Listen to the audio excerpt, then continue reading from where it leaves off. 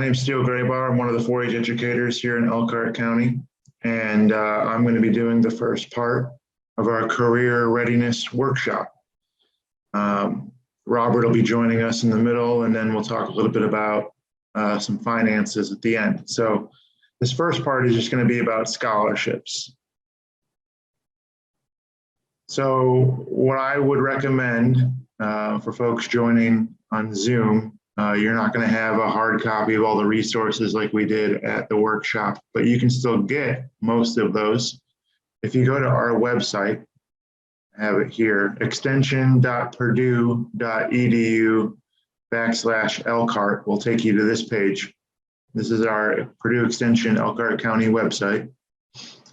And you'll see some pictures of us here in the middle, and then to the right, you'll see each of the program areas. You'll want to click on 4-H. And that'll take you to the 4-H information page, which is going to have a lot of different things on it. But here at the bottom, you have kind of an accordion style setup for information. For scholarships, I believe it's under opportunities. You'll want to click opportunities. It'll open up a bunch of links here. And yep, there we go. So right in the middle here, you'll see scholarships awards that I've highlighted. So the documents that you'll definitely want to have as you go through and apply for scholarships is the help book.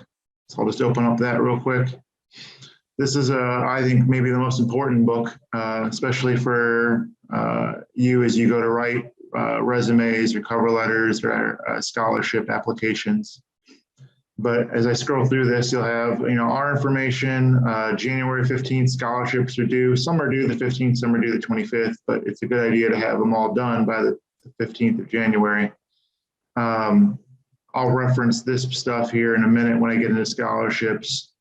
But there's life skills lists, there's how to write sentences that are stronger sentences here, cover letter basics, resume tips, and then you even have some examples of resumes and cover letters that you can use, and examples of paragraphs that you could use in those resume or cover letters. So this help book is just really there for you. I still use it myself when I'm writing like job evaluation type stuff. So I think it's a really great thing to have on hand. I'm back to the website here, other things on the website that you might want to know about. The state scholarship 4-H online instruction. So the scholarships that I talk about, the first 4 of them are all going to be state scholarships. And that packet right there is going to tell you how to submit those scholarships when you're ready. Again, those are due the 25th of January, but that'll be step-by-step with pictures, instructions on how to put your file, your PDF file on 4-H online and submit it so that it's there. The scholarship packet, that's going to have all the scholarships that I'm talking about today. I'm actually going to use it as I go through these here in a minute. And you'll see it tells you who's eligible, how much they're worth, when they're due. That's all in there. And then here are some county scholarships towards the bottom here. These are Google forms. So you click, for example, if you click the Janice Gothard Scholarship, it takes you to a Google form that you could fill out today if you wanted to apply for the Janice Gothard Scholarship. And you'll see there it has all the information about the Janice Gothard Scholarship, what you need for requirements, and then you just fill that out and submit it at the bottom. And you're all set. So I wanted to show you the website. Again, that's extension.purdue.edu/Elkhart will take you right here. And everything you need to do scholarships is right there. Real quick, I do want to mention that Purdue does offer something called the Purdue Fast Start program. So if going to Purdue University is something that you're interested in or pursuing, there is a program where you can take, I believe it's 5 different tests so that you get 15 credit hours worth of college credit at Purdue, basically a whole semester's worth of credit before you even step on campus.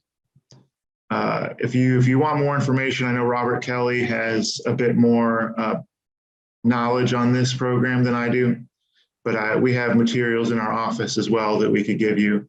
But if you're a sophomore or a junior in high school watching this and you think, okay, I want to go to Purdue and if I can save a semester, that would be great. And that would be a lot of money that you'd be saving as well.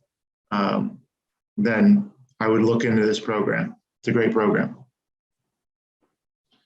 Okay, so then the state scholarships, like I mentioned earlier, I'm actually going to pull up the,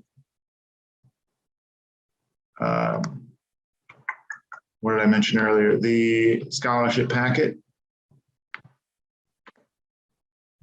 because we're going to go through it. So right here, scholarship packet, I'm going to click it.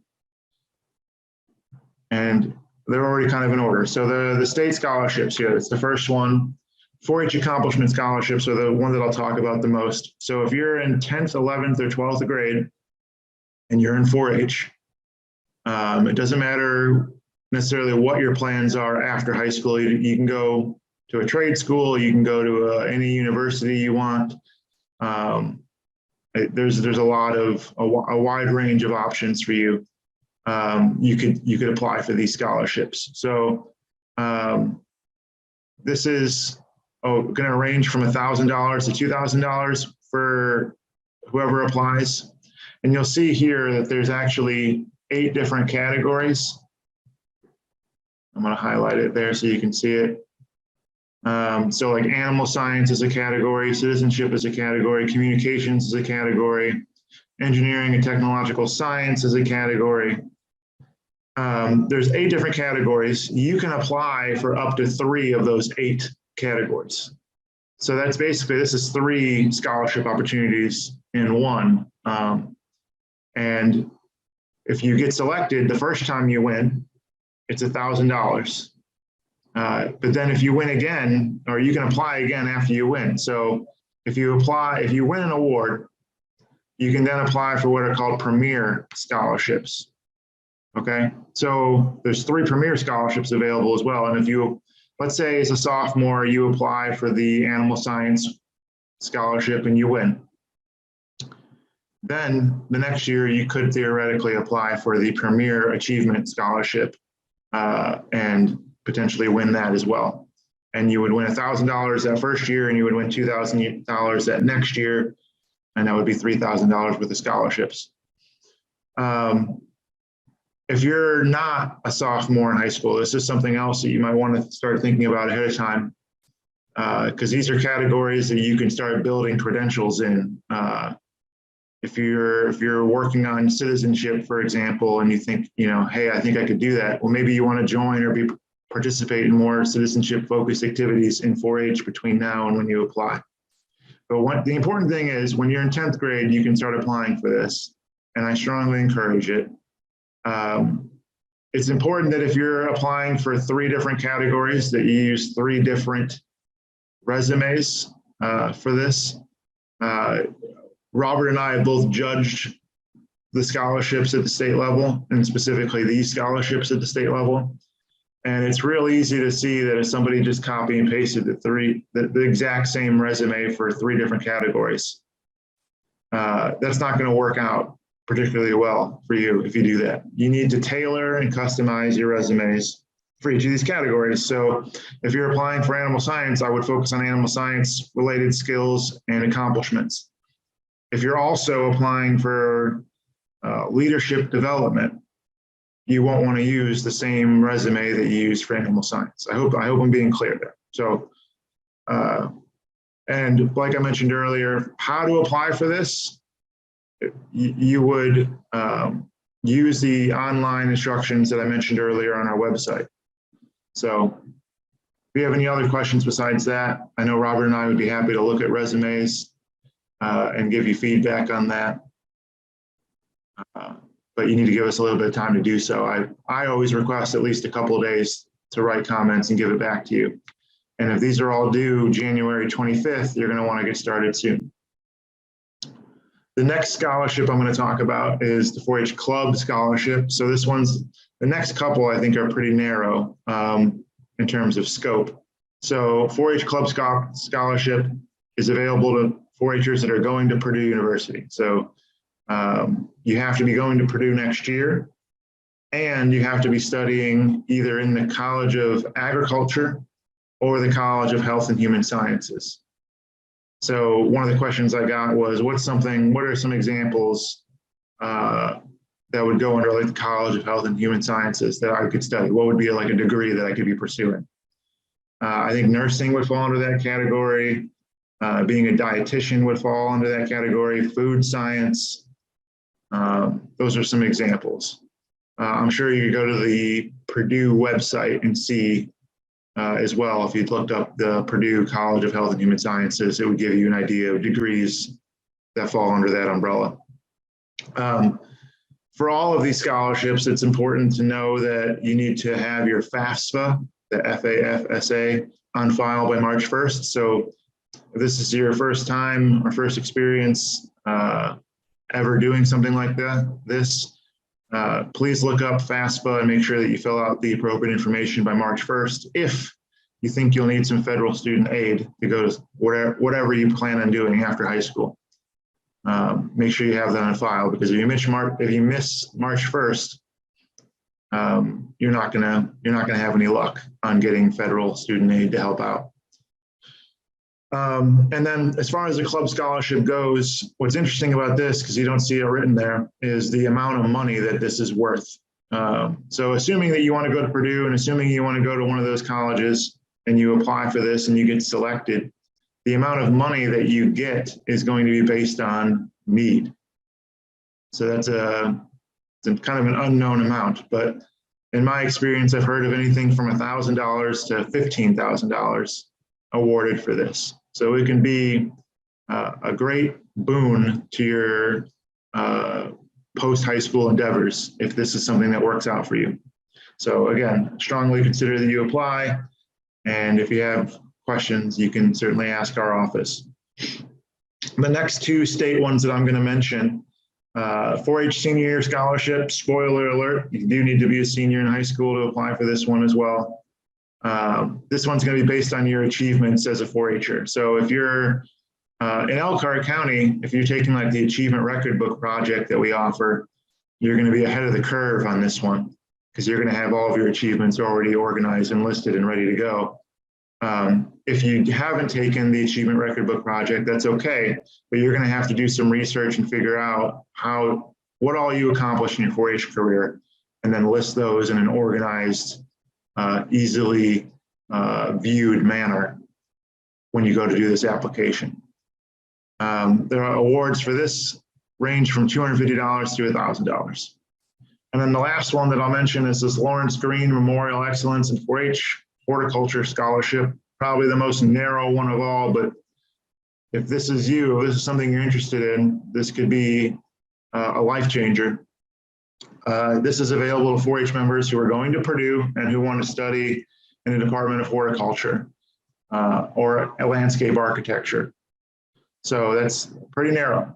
But I would say that this is a scholarship that, if that's you, you should apply for, because I think it's worth quite a bit of money. And I think it's renewable as well. So that means you could do it, you get it year after year. So something to consider there. In our scholarship packet, I also have other potential scholarship opportunities that you might want to look into. I'm not going to go into detail on this Zoom, but there are plenty other ones there. The next part that I was going to get into was the county scholarships. The first one I'll mention is the Janice Gothard 4-H Scholarship. I showed you the Google form earlier. It's on our website. This is for $950. There's a committee here that's local that'll select that. I've been on that committee in the past, and I know that what they really, really look for in an applicant is somebody who knows what they want to do after they graduate and then wants to come back to Elkhart County and use the skills that they learn or gain from this scholarship here locally. So if you think that you're going to be the kind of person who goes off somewhere, gets an education, comes back and uses what you learned here in Elkhart, this would be a great scholarship to apply for. For this one, you do have to be a high school senior as well. So please note that if you're a sophomore or junior, that keep this on your radar and apply for it in the future, but you can't apply for it this year. Seniors only for this one. WFRN Leadership Award is the next one. So this is actually going to be $500 for 2 candidates. The top 2 that'll be selected. That Google form was on our website right below the Janice Gothic one. But this one's good because you can apply for it in 10th, 11th, or 12th grade. We also recognize the winners at the grandstand during fair. And I think it's a pretty accessible scholarship that can be used for a wide range of things. So please consider that one, especially if you're a sophomore or junior. This will start taking care of some of these scholarships while you're starting your high school experience or in the middle of your high school experience, rather than when you're a senior and you're going to be busy with a lot of other things. The next 2, the Friends of 4-H Scholarship. So this is probably the one with the most applicants that we have year after year. But this is $1,000 is awarded to, really it kind of depends how many donors we have. And in the past, we've had, I think, about 20 donors. So we've given out 20 $1,000 scholarships the last couple of years. I can't say with certainty that we'll continue to have 20, but I would venture to say we'll almost always be 10 plus scholarships that we'll have available that are all going to be $1,000. So this is open to all 12th graders that are in 4-H in Elkhart County. What's nice about this one and unique is that the application is not due until May 1st. The rest of these, like I mentioned, are due January 15th or January 25th. This one, the Friends of 4-H Scholarship, is due May 1st. It's available May 1st. It's due at the end of June. We're trying to move that deadline up a bit. So please look at that one. It's a great opportunity, and that's a good chunk of money. And then the last one I'll mention is for 4-H junior leaders. If you're a sophomore or a freshman in high school watching this, so it's not too late for you, but if you're already a junior leader, your junior and senior year, you probably already know about this. This is a one-time award and it could be worth up to $600. So you have to be in junior leaders for at least 3 years to be eligible, and you can start in 7th grade. And for every year that you complete junior leaders, you get $100. So if you start in 7th grade and you complete every year until you graduate in 12th grade, that could be $600. But even if you start your sophomore year in high school, you could still get up to $300 if you complete sophomore, junior, and senior years in junior leaders. So that was the county scholarships that I was going to talk about. I'm going to go back and just mention a couple other things real quick, and then we'll move on to the next section. So just some other resources that you might want to look into if you're looking for scholarship help. The Elkhart County Community Foundation has scholarships available. I would check them out, see if there's something that fits your plans and your schedule. I would talk to your school counselor, guidance counselor, if you have one, and just get their recommendation for resources that might be out there, or guidance as to maybe what your plans are going to be going forward. I mentioned earlier federal student aid through FAFSA. So if you think you're going to need assistance paying for college outside of scholarships, look at that as an option. And then college admissions offices, if you know where you want to go, especially if it's a smaller university, I would say, but not always, it wouldn't be a bad idea to reach out to that college admissions office and maybe get into negotiating a bit. What will it take to get you into that school? If that's really where you want to go, what kind of options are available? And then the last one that's not on here that I always give as a bonus tip for 4-Hers is it wouldn't hurt even to ask your 4-H club, depending on what 4-H club you're in, maybe for some assistance as well. See if they would be willing to give you an award as you head out, and start your career.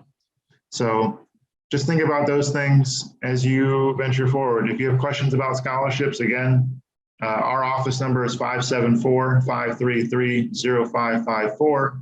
My email is sgreybar@purdue.edu. And I'm willing to look at resumes and cover letters and give you some feedback and send it back to you.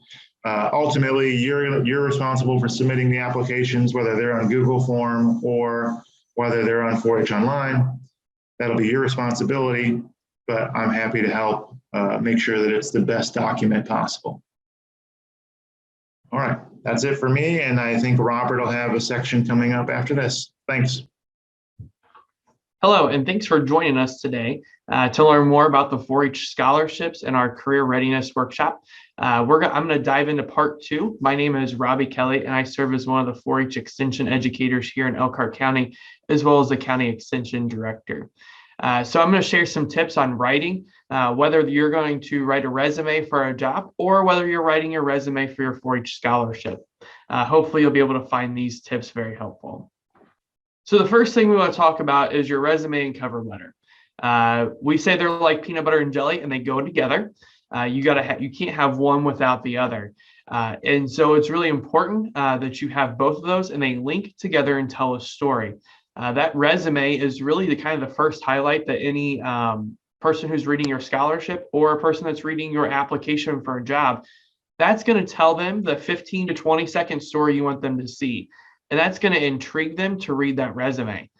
So they both help tell a story, whether that's about your 4-H career or whether that's about your skills and what you can bring to their company. That cover letter is really is the highlight. So brief highlights about your accomplishments or what you've done. It assists you in telling the story. And the big key for this on how you link your cover letter to your resume is use keywords from the application. So if you're applying for a job and your example is can work in a fast-paced environment and can multitask. So tell us how you've done that. That's really going to get the attention of the employer or the person reading your scholarship application. Your resume explains your credentials. That's where you're going to put, where you went to high school, if you were a member of any extracurricular activities, those kinds of things. You want to be brief and use bullets. Be short and concise, but explain what you need to explain. And this is how you sell yourself. Your resume and cover letter really help you sell yourself. That's what's going to get you that job, maybe get you that scholarship, and making sure we're doing that. And we're going to give you some tips on how to sell yourself as we jump into the next few slides that we have here. So some writing tips. You should always center your name and address on your resume and cover letter. Make sure it's professional in a consistent format. So for example, we want to make sure we use the same fonts throughout, the same size font, making sure that it's easy to read. Most people are only going to take 30 to 60 seconds to read these documents.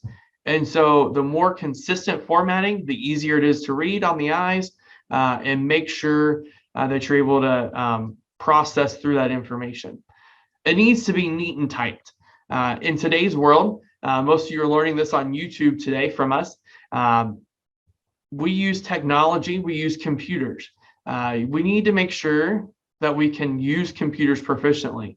I don't think it sends a good message when you apply for a job or a scholarship and you're using a handwritten application. And the reason for that is because most employers want to know, they have proficient use of computers, or whether it's PowerPoint or Excel or any kind of Microsoft Office product. Bullets or paragraph form. That's always a debate.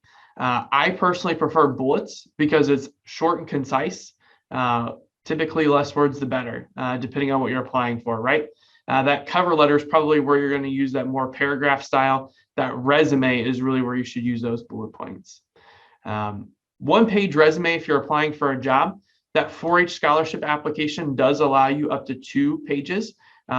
Doesn't say just because you have more things, doesn't always mean you're the best qualified candidate for that scholarship or that job, but making sure, again, we're being short and concise. With your 4-H scholarship applications, you're going to do what we call a life skill resume, and we're going to talk a little bit more in detail about that. But you want to list your strongest life skill first, just like if you're applying for a job. Entry level out of high school is probably the education is going to be your strongest suit, so that's what you want to list first. Or for example, if you volunteer for organizations, you want to list whatever organization that you've spent the most time in or volunteered the most for, versus maybe one that you haven't volunteered near as much for, depending on what the job or what scholarship you're applying for. So for example, if you're applying for the leadership scholarship, one of the ones I would think you would want to list first is maybe your communication is your life skill that you use, or teaching, or teamwork, because those life skills are the ones with that leadership resume might be better off versus, say, time management. So just kind of figuring out what's that strongest life skill best suited towards that particular subject area you're applying for. Make sure you give an example of each life skill, and we're going to go through those and picking out some life skills, as well as list that same life skill in that cover letter and resume. So again, you want to link those 2 documents together when you are putting these things and submitting them. So I am going to share a scholarship application, or not a scholarship application, but what a job resume might look like for someone that may not have experience in high school, but maybe you do have a job, maybe you don't. But if you're applying for that first job, this example resume should be able to help you out on applying for that. So if you look at this resume, you can see here that the person has their name, address, phone number, as well as email. So obviously make sure it's an email address or phone number that you answer. The first thing they have listed there is their education. Kind of a rule of thumb is you only list your GPA if it's 3.0 or higher. Some places will ask for it, some will not. Experience. So that's the big thing. Maybe you haven't had a job before. That's okay. But are you involved in extracurricular activities? So you can see this person here has listed National Honor Society and put the dates by it. So as you look at, you also have the activities that they're involved in. Did you hold an office in your 4-H club? So that's really important to put. 4-Hers are definitely above the curve when it comes to their peers. And it's because we give you so much more experience, whether it's leading a club, whether it's participating in an activity. Maybe you did a club demonstration. And so putting those skills there on your resume is really important when you apply for a job, because that will help sell yourself. And so hopefully you find this a little bit helpful there. You can also see they have awards. So were you on the honor roll at high school? Did you win a scholarship already? Did you win an award for best overall 4-H'er in your club? So feel free to use that example there to help you as you might apply for a job. The next part, we're going to jump into the 4-H scholarship applications and what those look like there.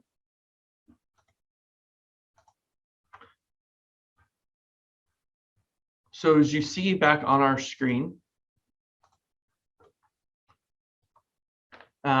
your scholarship help book. So on our website, we do have our scholarship help book listed.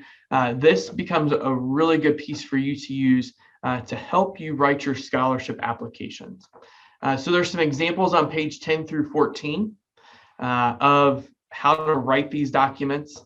And I'm actually going to share that real quick. So you can see there on your screen some basics of writing that cover letter and coming up with some examples of what you've done in 4-H. The big thing I want to focus on, though, is going to be life skills. So I want you to think about some life skills that you've learned in 4-H. whether that could be, some different projects that you've done, those kinds of things. So as you look here, there's some different life skills examples. Whether it's you've learned character, you've learned communication, creative thinking, decision making, goal setting, planning, leadership, listening, or teaching. So those are just some examples of those life skills, and those are also listed more in that help book to help you come up with some that you've done in your 4-H project. The next thing you want to do, and there's some examples in your help book again to help you write these statements. So now that you've picked a life skill, it's important that we write some things underneath that life skill. So say you use communication. Think of some ways you've communicated. Were you an officer in your club? Did you give a demonstration? So think of an example of how you've demonstrated communication or you've demonstrated leadership. And that's where we need to start listing examples. The rule of thumb when you apply for a 4-H scholarship is you should have 3 to 5 examples of each life skill. This really helps explain how you've learned that life skill, because if you don't explain it, we're not going to understand. If you said, I learned how to communicate because of 4-H. Okay, well, how did you learn to help communicate? Did you give demonstrations? Did you organize a meeting? And so thinking of those things. One of the other big keys is to make sure you use power verbs. In your booklet, there are different power verbs used. When you apply for a 4-H scholarship, you should not use the word I. So you want to start your sentences out with one of those power verbs, whether it's taught, planned, communicated, using those power verbs and replacing that with I. And be sure to use numbers in your example. Did you have 10 members at your 4-H club meeting? Did you have 30 members? Did you have 45? Did you go out and teach at 5 different schools? Did you give 6 different demonstrations? So the more examples that you can use with numbers really tells a story and tells what you did and the impact that you've made. So it's really important to do that.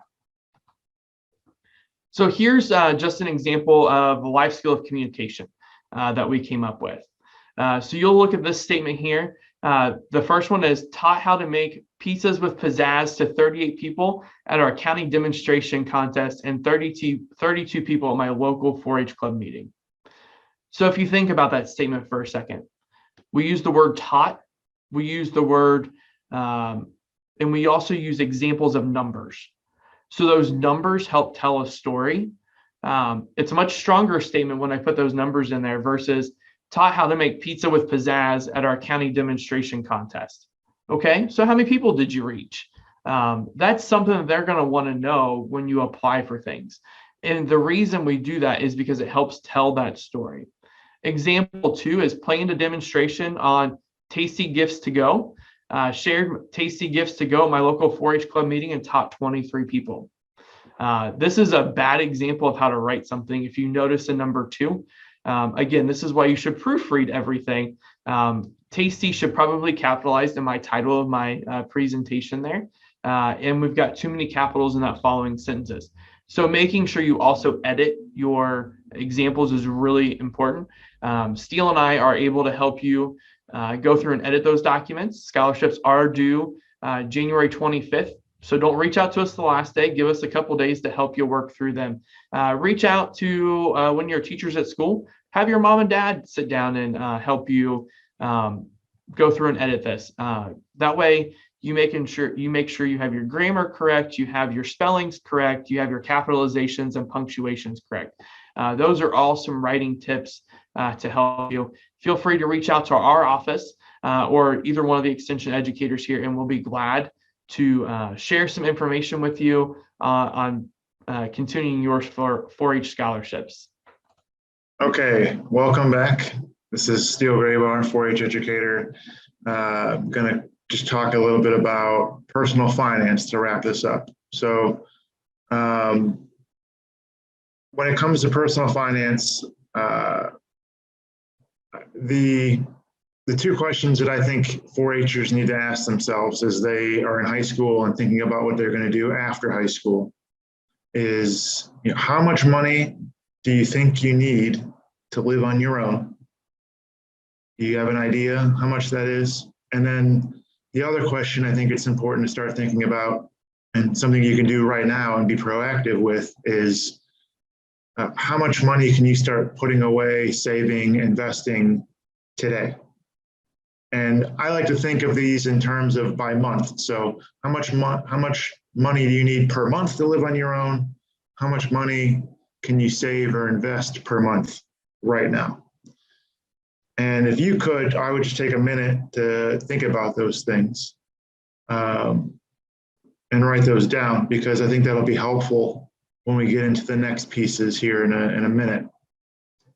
But one of the things, when I asked that to a group of 4-Hers, we shared how much we thought we could save right now. So I heard a range of things from 4-Hers in grades 7 through 12. A lot of kids said, I can't save anything right now. And then there were some kids that said, oh, $20, $30, $40 a month maybe.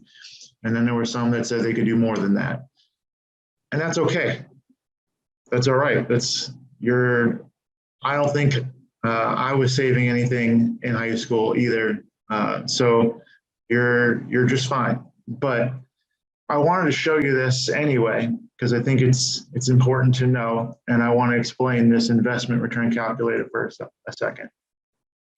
Well, again, we're going to get into how much you need to have in your budget to, pay for all of your needs as you live on your own. But if you have extra money right now and you have extra money later on, saving it or investing it, those are interchangeable in my mind, would be a great idea. So one of the most common investments that people can choose, and it's very accessible right now, more accessible than it's ever been, is in something called the S&P 500. Maybe you've heard of that. Maybe there's people that listen to this that know or have heard of like Robinhood or Acorns or M1 Finance, Wealthfront. The big three are Fidelity, Schwab, and Vanguard. These are all brokerages. It's a big word. This is a lot of stuff, I know, coming at you quick. On any of those, you could buy the S&P 500, which is what I'm using as my benchmark for this. And the benchmark is the S&P 500 is the 500 of the biggest companies in the United States. So you'll see some people say, oh, I want to buy stock in Apple, or I want to buy stock in Amazon. That's one company, right? The S&P 500 is 500 of the biggest in the US. And you can buy all of them in one fund. An example would be, just two examples that I'll give you. I'll even share the one that I use. I buy something called, I call it SWPX. It's SWPPX is the ticker symbol. That's what it's called, SWPPX. It's through Schwab. I buy that one fund. I'm actually buying a fraction of the top 500 companies, or 500. It's not the top 500 necessarily, it's just 500 of the biggest in the US. You could buy one stock and you could just have everything in Apple if you wanted. But for our example, it's actually safer to be diversified, right? And be invested in a bunch of different companies. So 500 is a good amount. Another example besides SWPX, which is fun to say, SWPPX.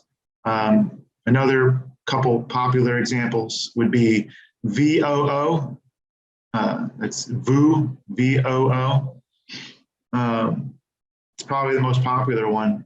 That's Vanguard's version of the S&P 500. I would say that most people buy that one. Another one is SPY or SPY, easy to remember, SPY. That's probably the oldest one, S&P 500. That or VOO. Actually, I think Vanguard's is older, but SPY is another very popular one. So those are all the exact same thing. They're just different companies selling you the same S&P 500. There's very, very minimal difference between any of those three. And there's actually other ones out there. So but they're all S&P 500 funds.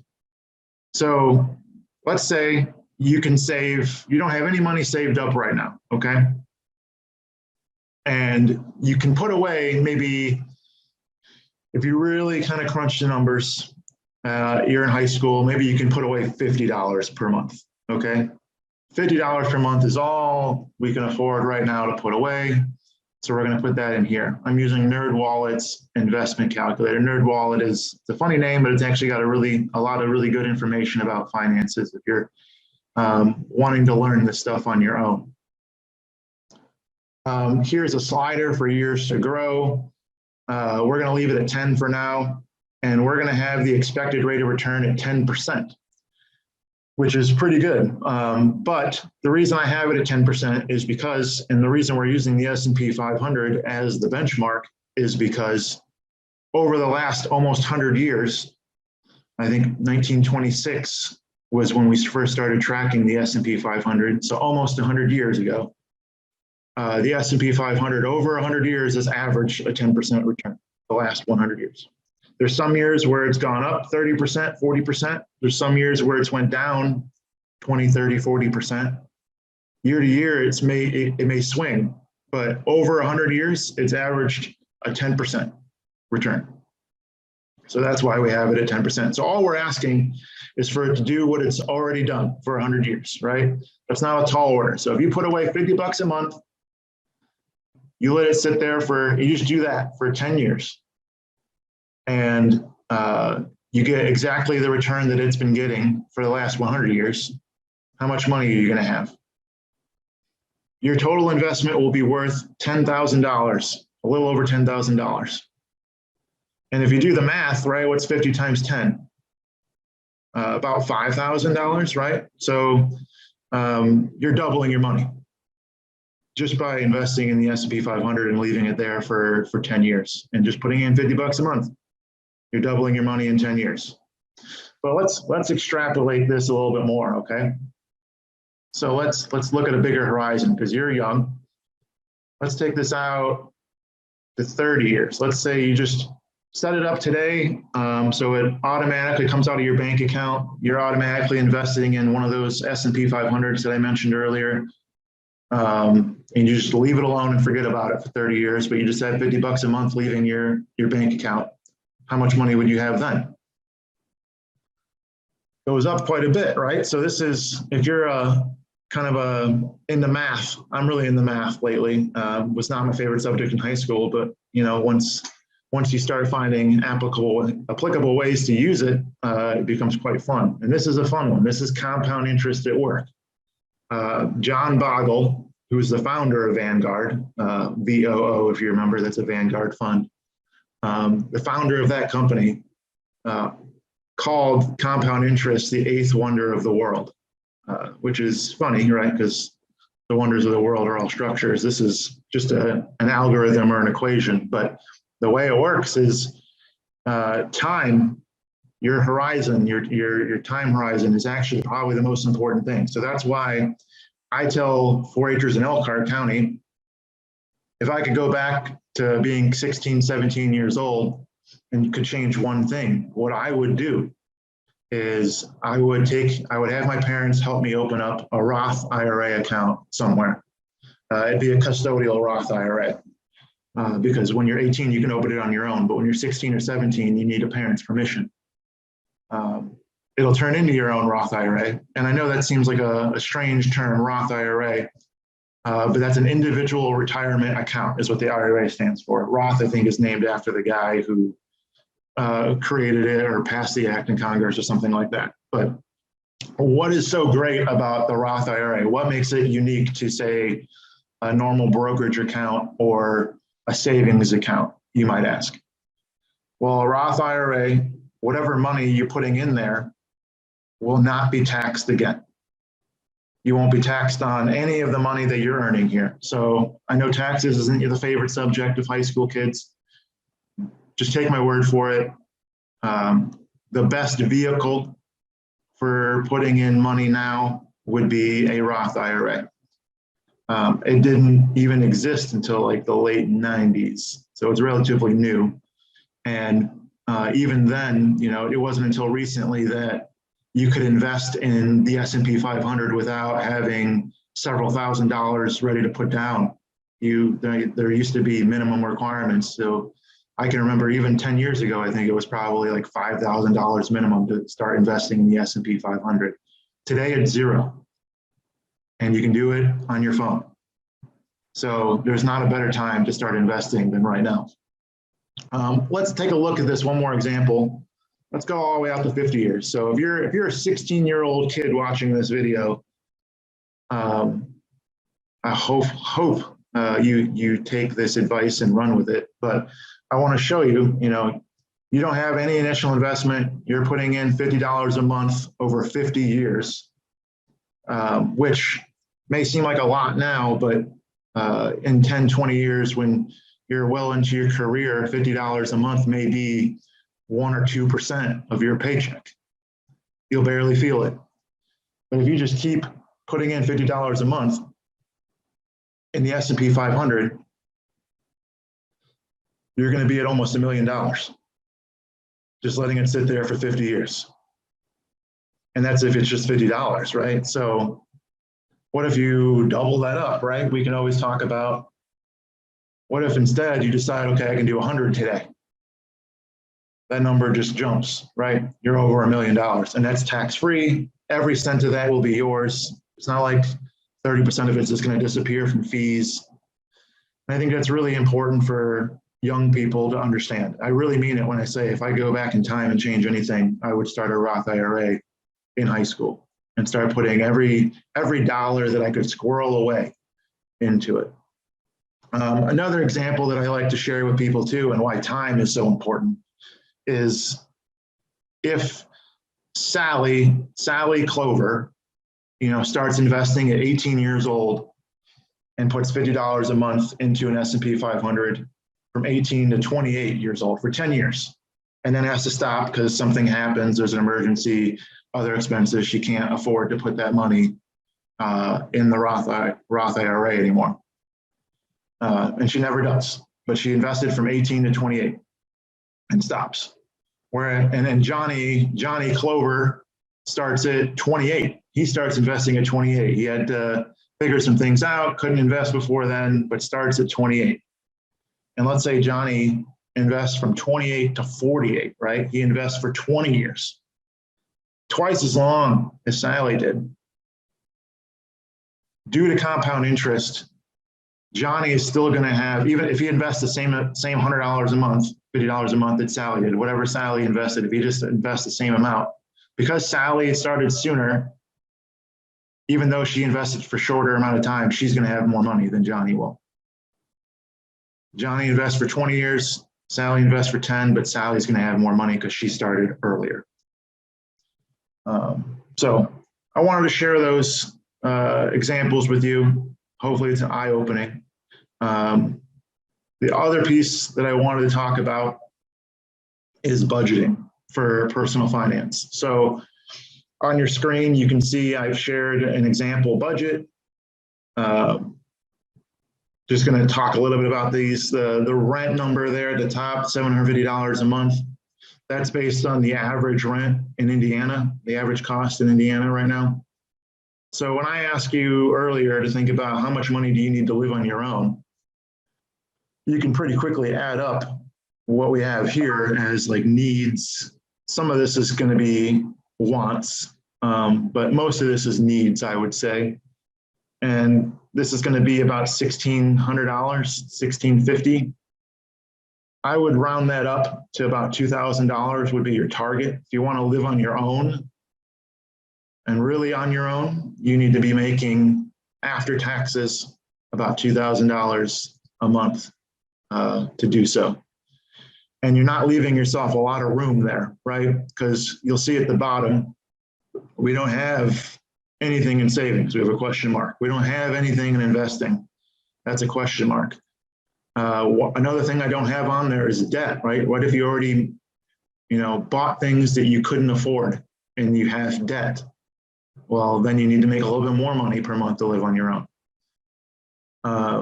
And that brings me to probably the biggest point of this section of career readiness that I want to address is, if you hear nothing else, besides the S&P 500, investing in the S&P 500 in a Roth IRA, the next most important thing, probably actually more important than the investing piece, is do not spend more than you earn at any point.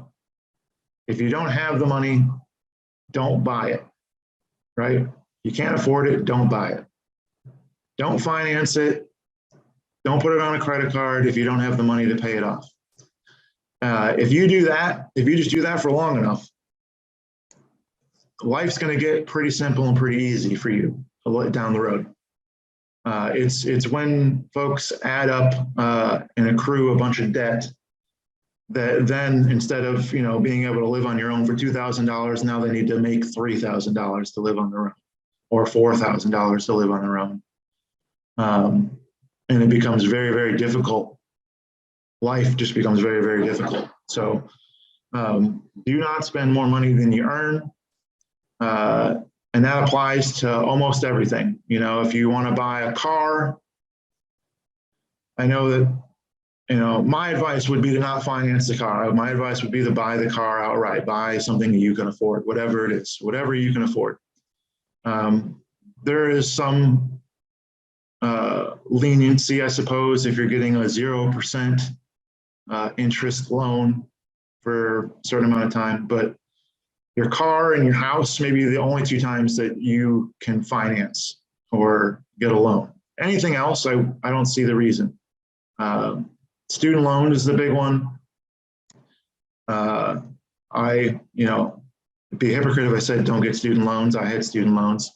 But if I was going to school today in 2021, if I was in high school, I would not go to school for something. Here's a rule of thumb, okay?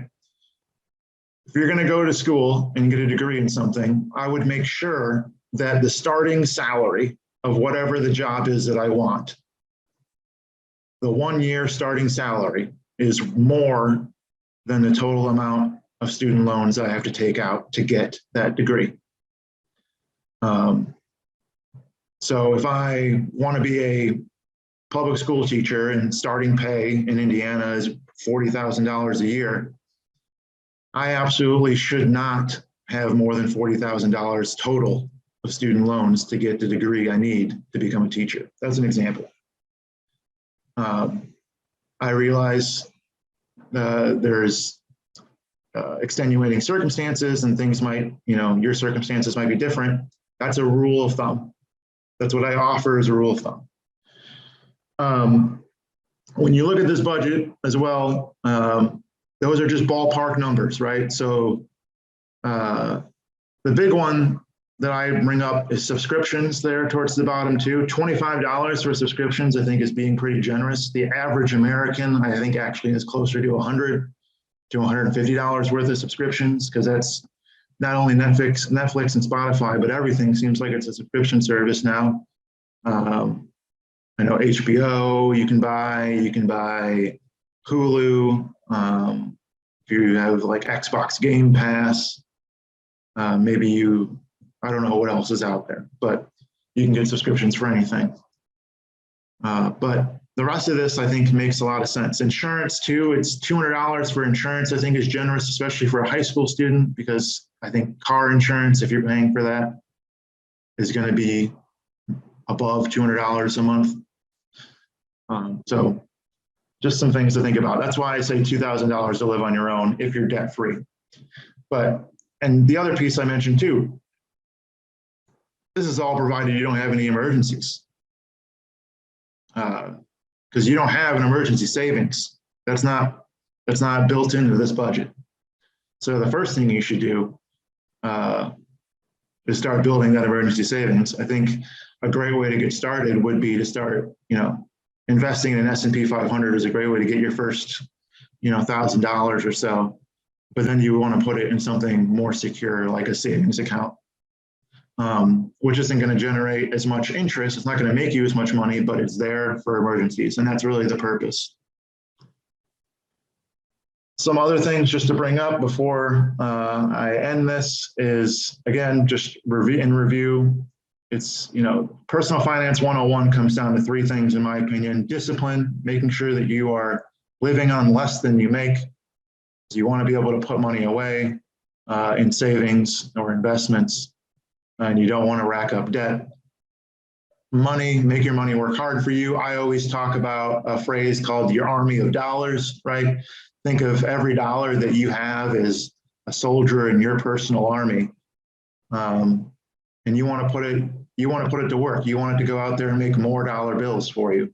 The way we do that is we buy assets. We don't buy liabilities. Things that are going to increase in value, right? That's why a house is such a good purchase. It's because more often than not always, but more often than not, it's going to increase in value. Cars are the opposite. Cars almost always, you've heard this before, if you buy a new car, the second you drive it off the lot, it goes down 20, 30% in value. In 2021, we live in strange times where maybe that's not the case, but every other year of my life, that's been true for cars, is that they immediately drop in value. So those are just a couple examples. And then time. If you're a high school student right now, you have many, many, many decades in front of you to make all of this count and to do right by your finances. So cherish it, use it wisely, because you don't want to be playing catch up later because you didn't start until you were in your 30s or something like that. Last couple things: compound interest is your friend, not your foe. What I mean by that is I showed you the example of compound interest and how it works on the S&P 500 earlier, but it can be your enemy too. And when I talk about that, I talk about credit card interest. To my knowledge, the only place anybody can get a guaranteed rate of 20% interest or higher is credit card companies with credit cards, if you're not paying it off every time. You, the person, the individual, are not going to be able to find that guaranteed interest rate anywhere, but some of these credit card companies can and will. There are many credit cards that will give you, they will be happy to let you have their credit card and put money on it, but if you don't pay it off on time, are going to make 25% interest off your folly. So make sure you're using compound interest on your side and not making it the enemy. And then be content. Goalposts always move.